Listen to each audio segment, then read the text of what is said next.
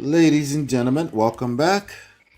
The ADC, Amaechi shock versus INEC deregistration, Sledgehammer. Welcome back. Welcome back. From a vice presidential triumph to a total blackout, the ADC announces Rotimi Amaechi for 2027 just as a federal court orders them erased from the registrar. So we open with massive, chaotic breaking news that has thrown Abuja into absolute panic today.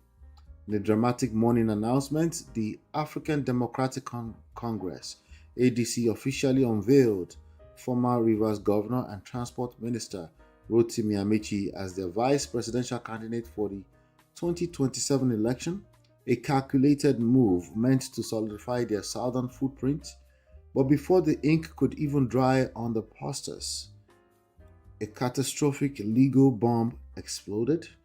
A federal high court has just ordered INEC to immediately remove and deregister the ADC alongside several other political parties from the National Register for failing to meet constitutional electoral thresholds. Sharp Edge Nation, this is absolute madness. The party is celebrating a powerhouse ticket in the morning, and by afternoon, the court says the party itself is no longer exists legally. Is this a coordinated institutional archer job to clear the path for the ruling class, or did the ADC's legal team sleep on their duty while chasing 2027 alliances? We're going to get into this analysis, ladies and gentlemen. Hit the like button, share, subscribe, turn up your notifications so you're notified when we go live. We'll be right back.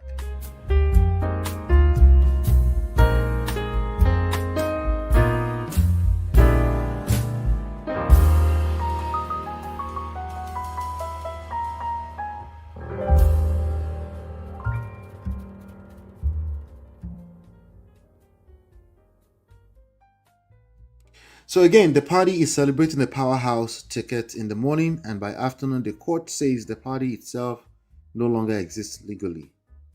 Is this a coordinated institutional hatchet to clear the path for the ruling class? Welcome back to the platform, sir. Hi, Chief Oladimeji Abitogun. Let's have it. Let's have it. Thank you very much, Ola. It's good to be back.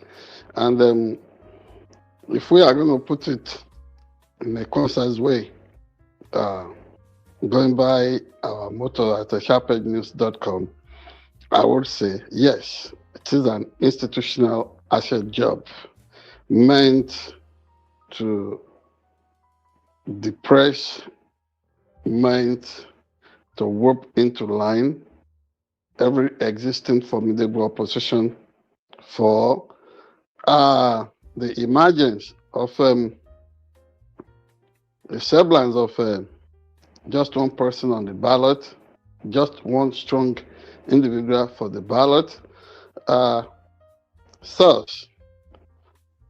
clearing the path for a one-man rule, one-man dictatorship in Nigeria.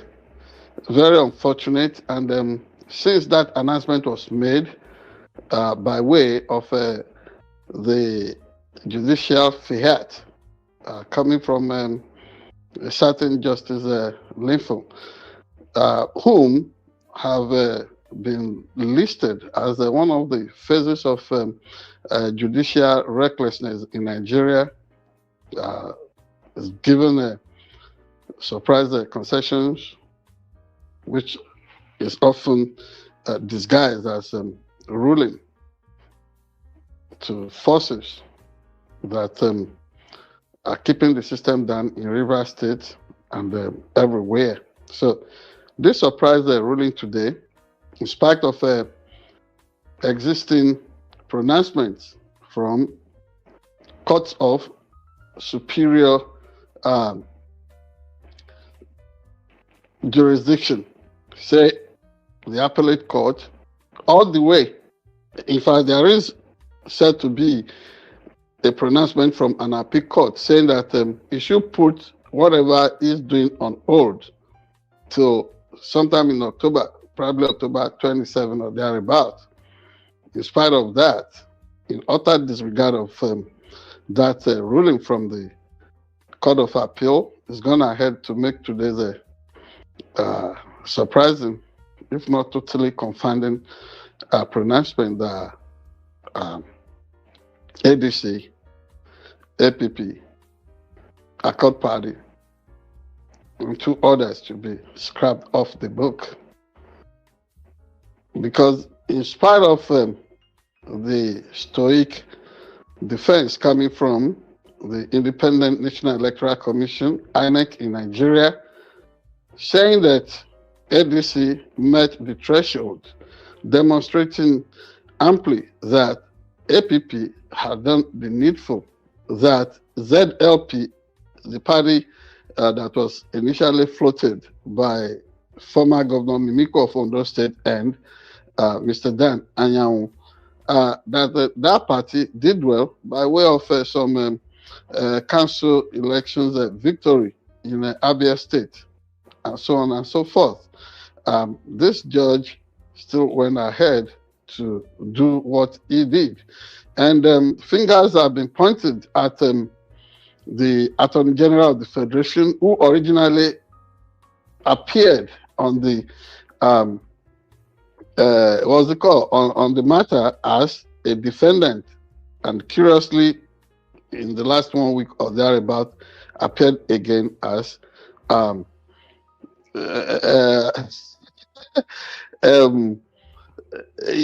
a very curious way, as now appeared as something else. And then another individual in the office of the Chief of Staff to the President of the Federation is also listed as one of the people who were interested in this case. And then there is this amorphous group of past lawmakers that were said to have also instituted the matter. I do not know the constitutional basis for having people who have served their term to now come together again.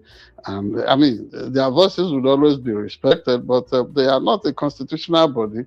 Maybe as a pressure group, like any other association, they have the freedom to associate, but then to want to stoke what looks like events that led to the undoing of First Republic Nigeria, forum shopping that led to the emergence of Justice Sowemimo, who later made that infamous pronouncement when Obafemi Awolowo was sent to 10 years imprisonment for a debatable, treasonable felony trial. The man who said, my hands are tied, Justice Sowemimo. And then you will remember also such judgments during the Second Republic Nigeria and the infamous Basi Peme midnight ruling against June 12, against the electoral victory of Chief MKO Abiola, leading to the famous June 12, which was also observed as a Democracy Day holiday in Nigeria few days ago, last Friday. So where are we? It's like Nigeria is embarking on a kind of deja vu, something familiar journey again. And it's a road that ought not to have been taken. Because this justice now seems to have put himself in the eye of the storm. And the world is watching. And this is our position here at SharpEdgeNews.com. We're saying that all international bodies should put this judge on their blacklist. They should impose against him that visa ban. They should make sure that he tastes of the bitter pill and whatever is administering on the Nigerian system. If he's willing to go this way, to go this far, by way of extrajudicial pronouncement, something that negates whatever he should be doing as somebody that should be interpreting the laws. I think, like people have opined, like some people have said, Lord Dennis, the famous wizard of law, people like Justice Akinla Aguda will be turning in their graves now that the hallowed chambers of law and its place as a veritable tool for social re-engineering and rebirth is being desecrated, and that somebody ought to go there. So the NJC should take note. Now, in spite of this, would ADC be running? I think I've had the spokesperson of the party, former Minister Bolaji Abdullahi, coming on air earlier tonight, saying that the party will forge on. That in this kind of situation, this kind of trial, that the party has always been known, that is African Democratic Congress has always been known to do very well. Say, for instance, when the party said, when INEC was holding to some questionable judgments again from one of the courts, saying David Mark's name had been struck out as the chairman of the party, the legitimate chairman of the party, that they forged on. And that in this kind of adversity, what they see as the test of their staying in power, that they will do well and that they are going to be on the ballot. I believe them, because for years, for decades, the African National Congress, ANC, in South Africa was deregistered, delegitimized, derecognized by the South African apartheid segregationist state. Yet the party was so vibrant in the heart of majority of Africans, or let's say South African colored citizens of that country. Ultimately, after years of being in the limbo, or what people will call as a form of political purgatory, the party rose again like the phoenix from its ashes. And you saw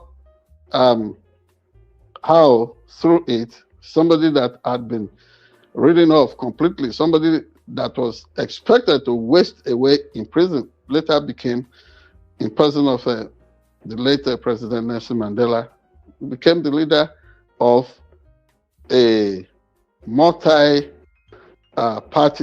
and multiracial government in South Africa. So if this pronouncement is meant to send some panic,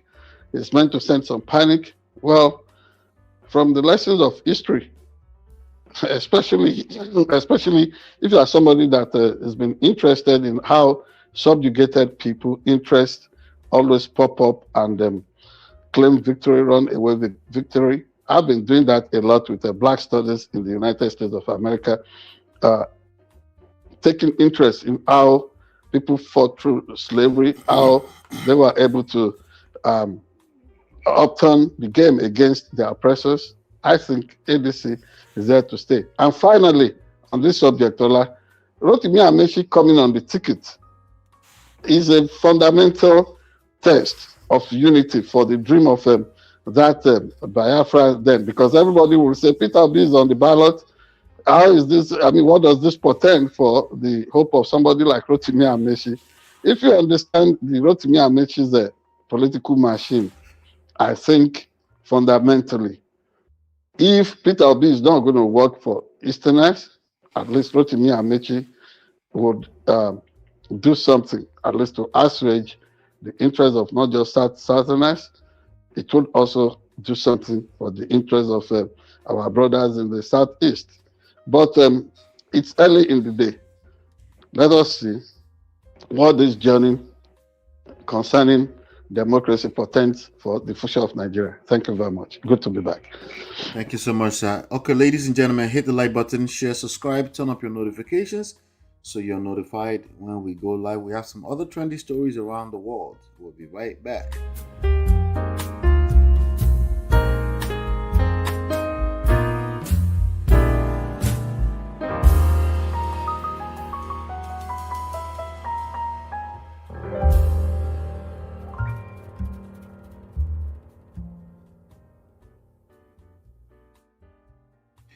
All right, welcome back, ladies and gentlemen. The State Police Constitutional Tsunami, a historic show of hands. And what we have is the House of Reps, House of Representatives officially passes the State Police Bill, moving the battleground to Akpabio's Senate. As of press time, the structural layout of Nigeria's internal security is hours away from a historic rewrite.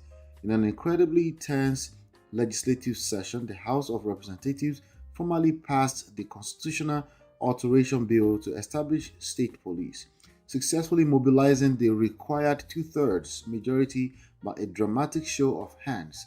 The bill moves policing from the exclusive to the concurrent list, officially empowering state governors to form their own forces. All eyes are now on Senate President Godswill Akpabio as the Senate has just fast-tracked the bill, referring it to the Constitution Review Committee to accelerate the rollout. So, for over 20 years, the elders have debated this, with critics warning that governors will use state police as private political armies, with banditry claiming high profile victims. Is this decentralized policing our ultimate salvation, or are we jumping from the fry pan straight into the political fire? The sharp edge is yours, sir.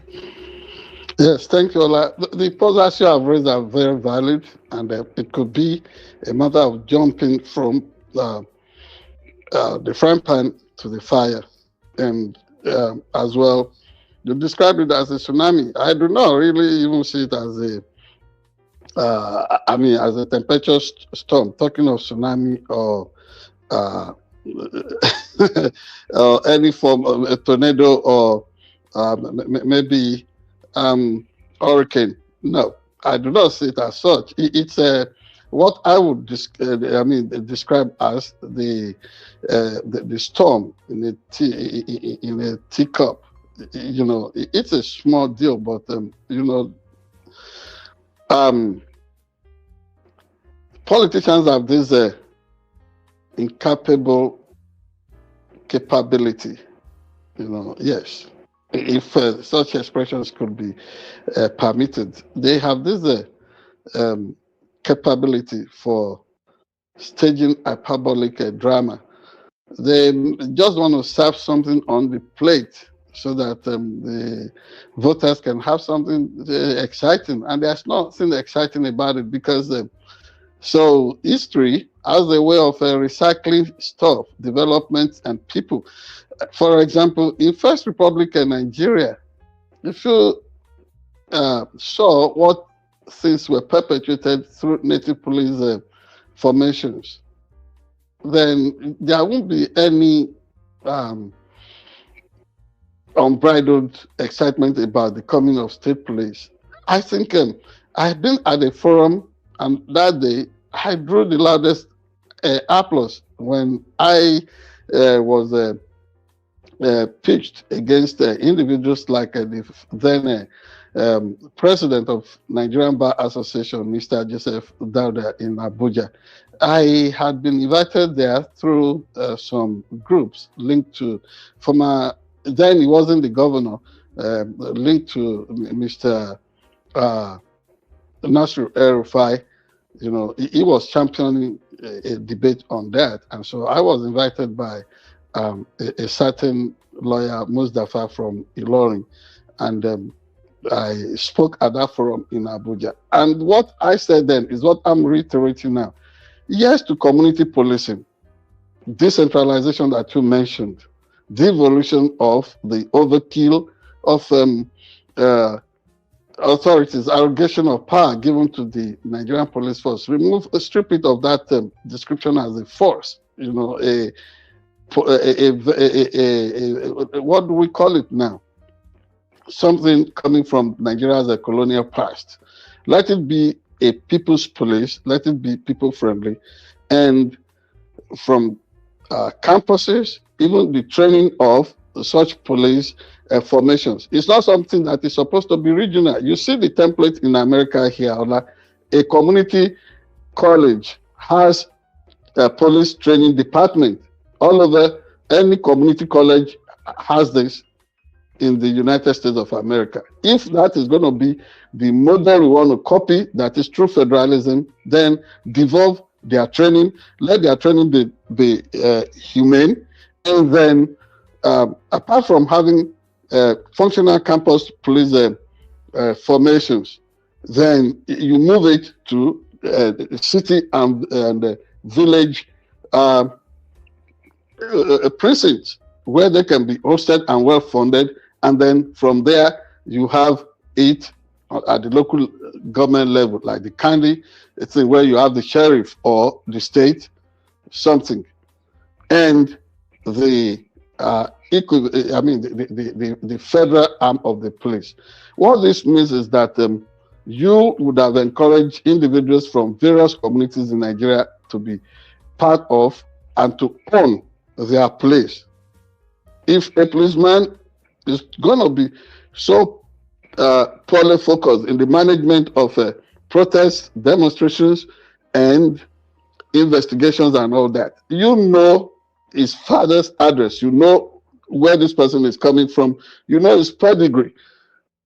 But what they are advocating is something that they are doing without the benefit of hindsight and history. Such native authority police was involved in the Usho Holocaust of 1965 that led to the removal, to the dethronement of Olowo, Olateru, Olagbeji II.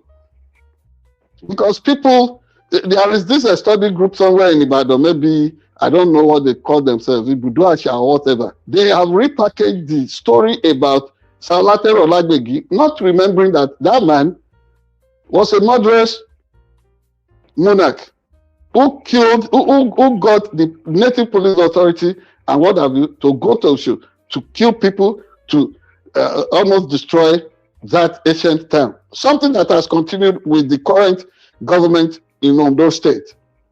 You know, Usho that used to have the second most important monarch, king, in our local government today has been relegated completely, and all kinds of individuals, because of speaking our Yoruba sub-language, are elevated as first class, and Usho is relegated.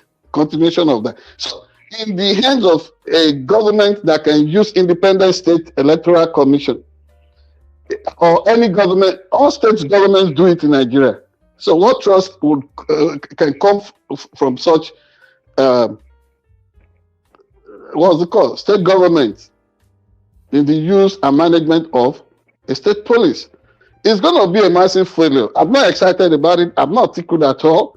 And I think this should recommend itself for further intellectual and philosophical probe, so that when the future that we are anticipating arrives, nobody will be biting a finger of regret that, oh, if we knew.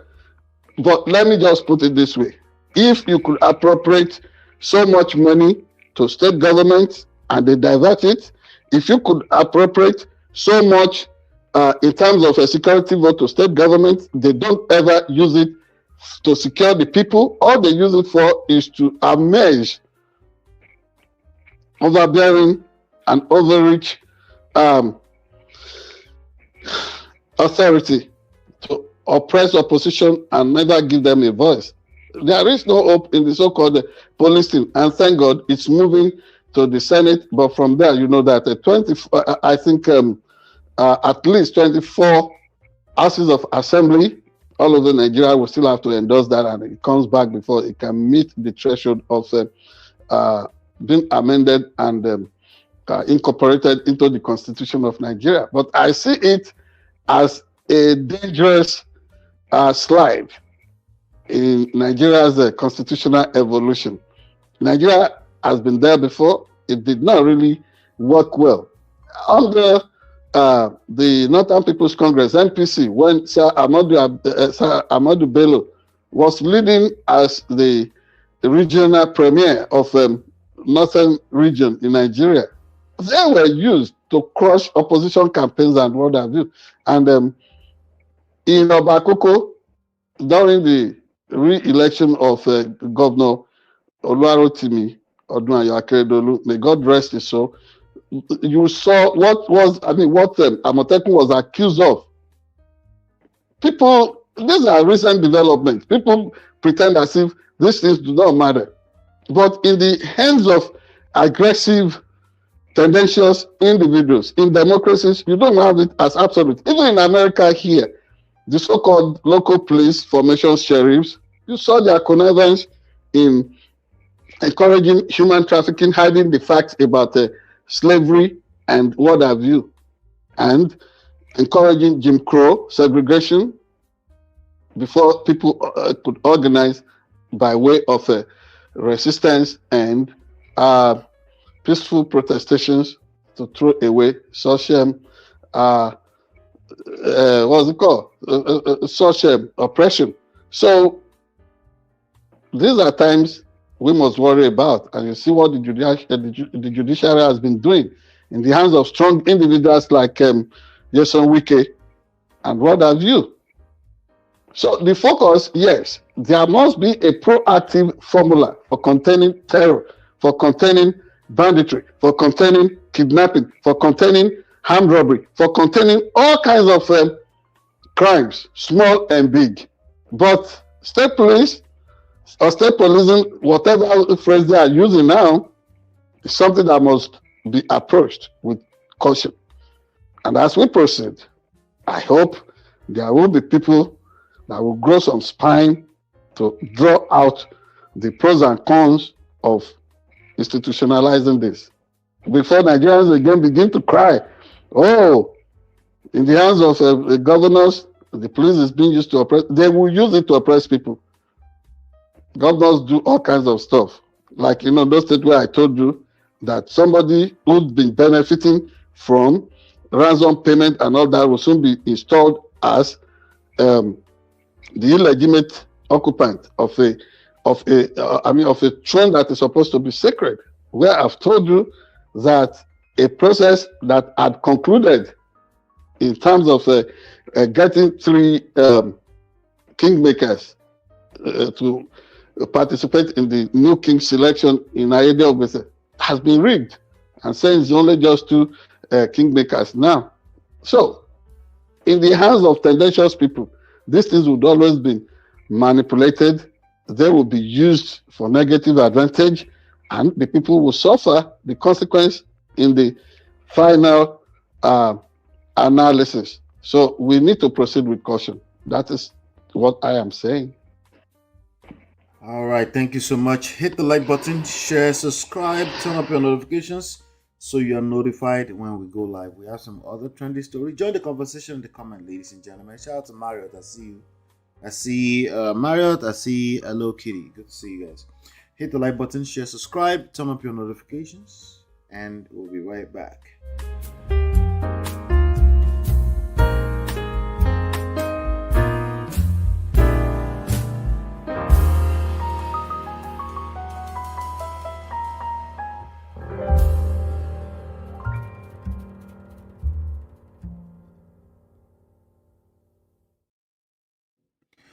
Falana's 20-year jail warning to governors. Negotiating is a crime.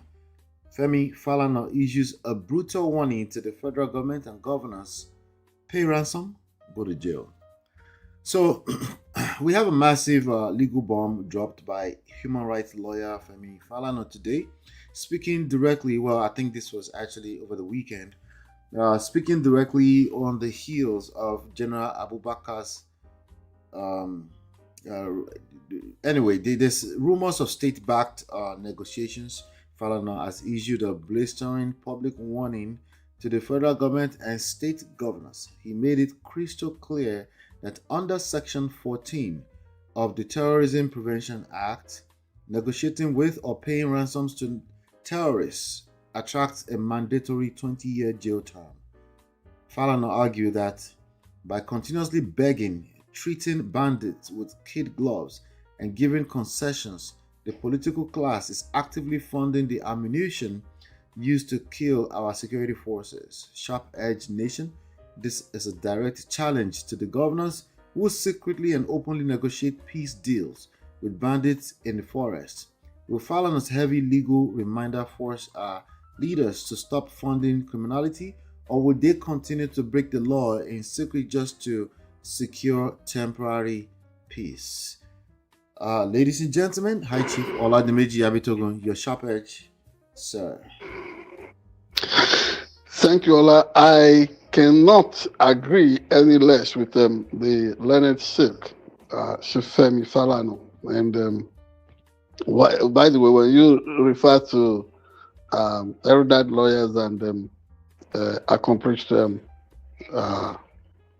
legal luminaries like Shifemi Falana as learned Sikh, it simply means because we must be able to communicate in a way that ordinary folks will understand what we are saying. Being a learned Sikh means is a senior advocate of Nigeria. That is, he has distinguished himself and has been so honored and so pronounced by the body of benchers and everybody that is involved in the honoring senior lawyers in Nigeria. Now, he's reminding us of that constitutional lacuna, that provision or that burden that is in the Constitution that says that nobody is allowed to negotiate with terrorists and ransom payment or things like that, dropping ransom. It's illegal and will attract 20 years jail term. But sometimes I wonder if this our distinguished man of law does not engage in what would be termed as academic exercise in law, because this that really contradict our the reality of living in Nigeria today. And I do not say this with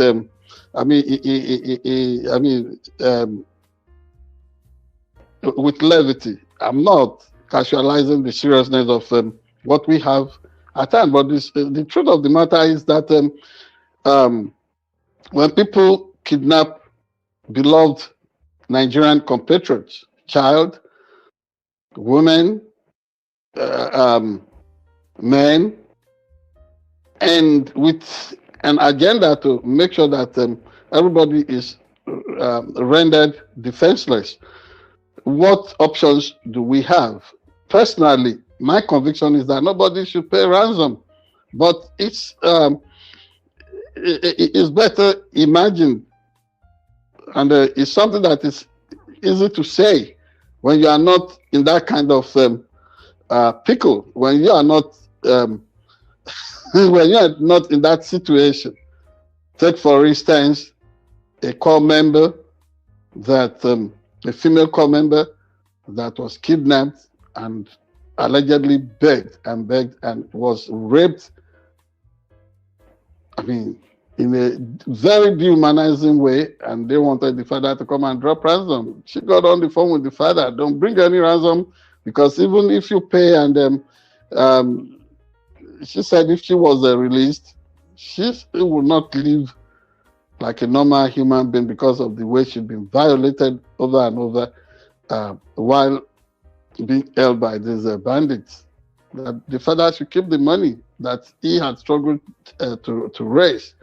And the evil people, these people that are driven by ill-digested religious and political ideologies, decided to put the bullet to the lady's head. How about the story of a woman that was carrying a pregnancy of twins, that gave birth to this set of twins, and then the twins were fed to dogs by these satanic elements calling themselves religious warriors? Examples are banned. So, in order for these tragedies to be mitigated, if people are dropping ransom, I don't know about governors, because you also see governors actively trying to install people that have been involved in all kinds of non-state violence against the community, against officials of government. You see, like I mentioned last week, in the case of Governor Ayedatiwa from those states, who is actively preparing to install somebody that is known to be a violent character, somebody that has benefited from proceeds of ransom in a place like Ayedeogbese, planning to make him king. And DSS is not preparing intelligence to let this man know that that is a dangerous trend. President Bola Ahmed Tinubu is not saying anything about this. And people say, as a kingmaker, who should be midwifing the process? Why am I speaking up? Because nobody is speaking up. I will speak up, and I'm not that kind of kingmaker. Being made a chief or being made a king is to guide people. Then that in itself is absurd and ridiculous.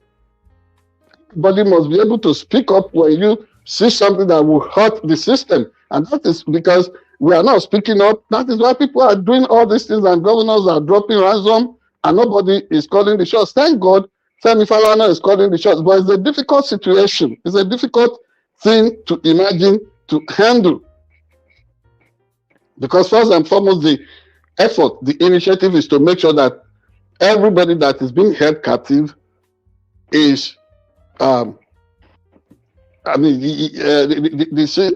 is let go without any form of harm, without being killed. I think this is why these governors do some of these things. But there must be wider consultation. Why is this thing so intractable? And I do not believe that it is intractable, but because you have the crisis merchants, people who benefit from the flow of blood, from bloodletting, blood shedding, there won't be any excitement about it. The military industrial complex in itself, in Nigeria, also is not transparent such that you will see through and through that these people actually mean what they say. For example, the former military spokesperson in Nigeria, a major general that was kidnapped, died in the custody of these kidnappers. And then the breaking news that came in all before we got on air was that the wife of this general, who hitherto had been held, even after the husband had been unalive, has been murdered. The wife has just been rescued by soldiers and officers of maybe 7th Brigade or something like that. But that woman, before being rescued, the widow of the late Major General, sustained gunshots from the fleeing terrorists, because the words, the description, bandits, kidnappers, and all that, is really whittling down the seriousness of the situation that Nigeria is in. Nigeria is at war. Oh ye, hear this. Nigeria is at war. And whatever gimmick, whatever strategy, whatever tactics must be used to tackle these individuals, they are not intractable. Like I've always said, I cannot be highlighting everything I know on how to contain this kind of crisis. But if anybody is reaching out to us, or they want to be educated on the little knowledge we have about doing this, and do not say that, oh, he's never been a soldier, how did you know? You study, you acquire knowledge, and the day you stop doing that, you must see yourself as toast, as being a dead person. So while still alive, we will continue to understudy the way developed nations, the way free nations did it, how they earned their freedom. And Nigeria must be free. And that freedom is not always about dropping ransom at every beck and call by governors like Femi Falana wants us to understand. Yes, the de-radicalization of a thing that we say, before you even target the people who are purveyors of this evil, you must be able to win their mind. You know that in the battle for persons recruiting the human mind, first understand who you are. You are torn between Arabism, Islam, what's it called? Westernization and Christianity, and what have you. Who are you as an African? Have you discovered yourself? man, you must first know thyself. That's what the ancient philosophers taught us. Who are you as an African? Why must I die because of the ideology of one person or the other? Because after all, whether you live in the Middle East today or is in the Western country, you are not fully accepted. So if these people are using their own ideologies and philosophies to push you into self-annihilation, why can't you take a pause and locate your interest in the middle of all this? Instead of that rush first to drop ransom. So this call directly is to National Orientation Agency in Nigeria, NOAA, the place they call the culture, what's it called? A place for cultural education or what have you. And like we used to have on our syllabus curriculum in those days concerning civics, social studies, and what have you, without poisoning the mind of people through murderous nationalism, can we really embrace our humanity? The radicalization must be for everybody. I cannot hate on my Muslim brothers and sisters. I can't hate on my fellow Nigerian compatriots who are adherents of traditional religion. I can't hate on fellow Christians. I just want to love human beings without crossing any sensitive cultural boundaries. And that does not mean that when I see a European visiting Nigeria that I must frown my face. That does not mean that I should not be welcoming to the Arab when they come around, but I must also know that these people, in their past dealings with us, have not been completely honest. So let us stand as a people and defend our humanity and our land of birth. That's what I'm saying. So I agree totally with Chifemi Falana that paying ransom should not be the first thing on the plate. There are different options. And then equipping the military properly. Now that generals have been targeted, the wife being shot, and children being held in captive in Ogbomoso and the forest in Oyo State and all over the Southwest and all over Nigeria. What do? Are we considering the issue of self-defense, studying and understanding over and over the enemies that are attacking us and how we can give them a chase, and then making sure that we look beyond what government is saying. You cannot be carrying shakabula, then gun or musket and think that you can really secure victory against invading forces. If you are not going to have that weapon that matches what they carry, you must have superior firepower as well. And it's not all the time that you must listen to what the government is saying, because madness must first be used to cure madness before the system can stabilize. It would also be criminal to be law-abiding where the government and people that they are protecting as terrorists, where they have become so lawless. I think I would recommend for our people further reading in liberation education, liberation paths, in order for Nigerians to secure true freedom. Thank you very much, Ola. Anyway, laughing, is that what you said? That's right. That is that is right. What's the name of that guy? Thai currency in Ibadan, Oyo State, Nigeria. Yes, I don't know. We're laughing. I can dance, but we can, yeah. Wow. So that's the way to go. That's Ladies the way to go. And gentlemen, join the conversation. Join the conversation in the comment section.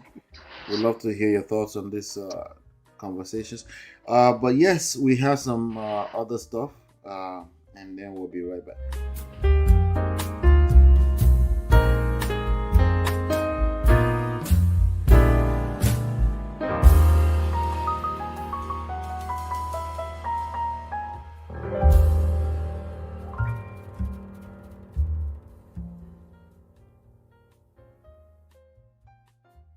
All right, so and I decided to bring this back up as a special. I know we had a conversation before we went live, but maybe you can put it as part of the special. The tragic death of General Abubakar in captivity.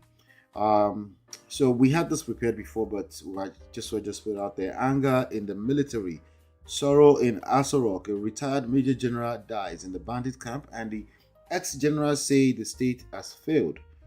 A heartbreaking and infuriating tragedy that has completely shattered the defense community. Over the weekend, the Katsina state government officially confirmed the death of a retired Major General, I think it's Rabe Abubakar, a legendary former director of defense information. The general who was violently abducted alongside his wife on May 30th while traveling to a wedding, tragically passed away from complications of diabetes and hypertension while being held in the bandit camp. Just last week, his captors released a harrowing video demanding the release of detained terrorists as ransom. President Tinubu has expressed deep sorrow, issuing a fierce ultimatum to bandits to surrender now or face total annihilation, warning that the state will never be blackmailed. So the ex-generals are furious. They are calling this a monumental failure of state capacity. If a two-star general cannot be protected or rescued by the very state he served, what hope is left for the ordinary traveler on our highways? Ladies and gentlemen, it's our time for the final segment of the hour. Let's welcome back the publisher, editor-in-chief, and High Chief Oladimeji Abitogun for our concluding section here. Welcome back, sir. Thank you very much, Ola. Yeah, it's so sad, but even as we mourn the untimely and avoidable death of the former Defense Information Director, Major General Rabe Abubakar, I think the retired generals that are expressing outrage and spitting fire now about the failure of the state should have also been seen to be saying this when generals and the senior officers are actively serving were also being cut down by these satanic elements calling themselves whatever, because whatever they have no manifesto that is clear, that is understandable, that can form basis of any negotiation. You see, when the reactions of President Bola Ahmed Tinubu at times could be baffling. Which one is this talk of is either they do this or annihilated? Please annihilate if you want to annihilate. Go after them if you want to go after them. They don't deserve that dignity of being forewarned before you harm them. They have harmed the state. They have done grievous and egregious things to Nigerian citizens. So what other notice are you serving on them? If you must really prove yourself to be a worthy statesman, somebody who is worthy of the office of president and commander-in-chief, you are not going to approach this issue with Jeko mentality. You are not going to approach this as something that is fickle, and you can't just be seen as being weak. You know, President Tinubu projects power, authority, and force in a wrong way against suppression of opposition elements and organizations within the political space. Meanwhile, those that should be aggressively targeted and put down are these insurrectionists and terrorists. That is where I really want to see him display hard military power. But he's not doing that. And on the downside, every report you see, Ola, on the the tragedy that has befallen the family of the late Major General Rabe Abubakar is always talking of the kidnapped wife. Doesn't she have a name? You see sexism there? You see, I mean, this thing that is being done to like subsume her under the suffering and the fate of the husband. Every pain, every tragedy is personal. Now she's carrying a gun wound. When when she was rescued earlier today, while those cowardly elements who call themselves whatever, when they were running, because you would think that somebody who would be so bold and brazen to embrace terrorism would be able to fight man to man, but they are so sneaky. These are serpentine characters. These are elements that are, I mean, so difficult to track. And they look at that as tactics. Me, I say they are cowards. You want to fight me, don't come, back knifing me. Don't throw that knife at me from the back. Look me eyeball to eyeball. Let me see you do this. We roll out. Let our eyeballs grow bigger. Let us roll the eyeballs at each other, and then I know that I'm fighting man to man. But you sneak away like the cow. They sneak away like the cowards they are. You know, they prey on women. They prey on children. They make the market for slaves, human trafficking to come alive again. What a shame in this century and time. And so, by denying the woman a name within the media space, is a big disservice and injustice. We need to know her name. And the government ought to be up and straight with us as citizens. Honestly, they told us that Rabe Abubakar succumbed to preconditioned medical situation of diabetes. The children have said our father did not have such a medical situation. So things like this make it look like the Nigerian government is enabling by sharing and parroting the same storyline, the same talking point with the terrorists. How did he die? Why the rush to bury him? Why was there no coroner's inquest on the circumstance of his death? And stretching these religious beliefs too far to hide facts of murder and homicide is something I cannot really understand or handle. It's too big for me to wrap my brain around. And I think most Nigerians are languished by this fact too. Because you want to bring things to closure, you put your card on the table. Don't sneak information on us. Don't talk to us in filters and don't make us feel like we arenicompops. We are not. Nigerians are not. Whether home or abroad.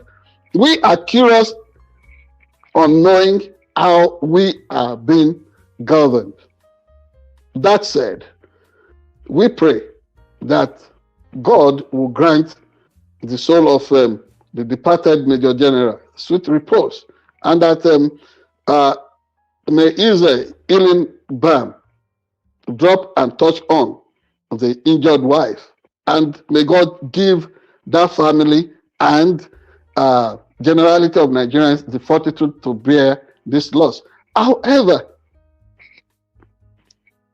you see, we're making it to look like the comets should be sailing because of the death of a prince or a royal personality. No. Like we often say, everybody comes through the bad channel, whether as a slave or whether you're talking of a child of a slave or the child of the freeborn. And nobody is even a slave anywhere.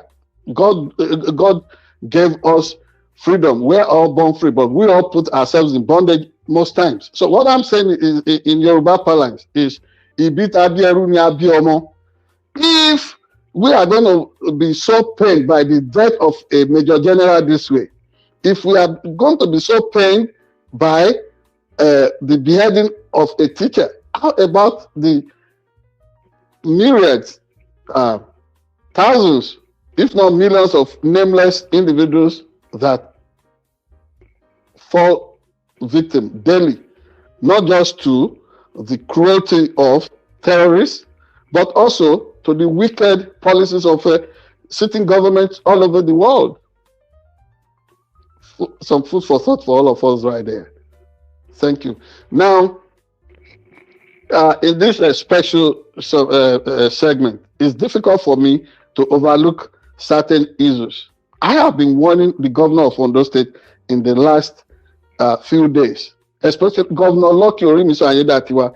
I do not know why he's not being interviewed by the DSS, the different security apparatus, the police that are enabling him, the president of Nigeria, lawmakers in Ondo State, the federal lawmaking body, and all kinds of interested parties on why he is so eager and curious to install somebody who is a terrorist sympathizer in Ayede Ogbefe. That individual, just because he's been allowed to windsurf, has been saying whether the kingmakers endorse him or not, that the governor is going to install him because the governor's sister, the governor has a sister who is an Olori in Ayede Ogbefe. It's a lie. The governor is not related in any way, form, or shape to Olori Funminejo Oluyede. They are not related by blood. But the fact that they both come from the riverine part of the coastal area of Ondo State, Eseldo, Ilaje people, does not mean that you will not use that to want to subjugate and hold people down in perpetuity. The governor is committing an egregious unconstitutional act. There is a duly gazetted law concerning how kings and chiefs are made. It is called the Chieftaincy Declaration, as it applies to the throne of Alayede of Ayede Ogbese. In that place, there could be 3 kingmakers: the Lisa, the Odopetu, that is me, and the LMO. And it's been approved and concluded that the LMO has chosen a warranty to act on their behalf because the former occupier of that stool died. And so to now form that platform, the thing was supervised, it was observed by government officials. By way of rigging, the governor changed that and said it is just Lisa and Odopetu that must vote. But let me warn the person that is being paraded as the candidate of the governor. They are just going to use him as what Yorubas or Akure people call Digerewu, or Confirmu Digerewu ni. They will use him in the interim and then unalive him and then bring up their candidate that they want to be there because they want to circumvent the process. But let me tell you, it's not a matter of revenge, but people, the custodians, the natural custodians of justice and justiciable processes will not allow for things like this. I'm not part of the process. If there is a conspiracy to destroy your throne in Ayede Ogbese, please, I have spoken out, not just as Oladimeji Abitogun, I've spoken out as Odopetu and as a conscientious journalist. I'm not part of that conspiracy. To warn Governor Lucky Orimiso Ayedatiwa from this path, that today you are governor and then you are propping up your people to oppress less fortunate people. When you are gone, when you are no longer the governor, who will protect your own people?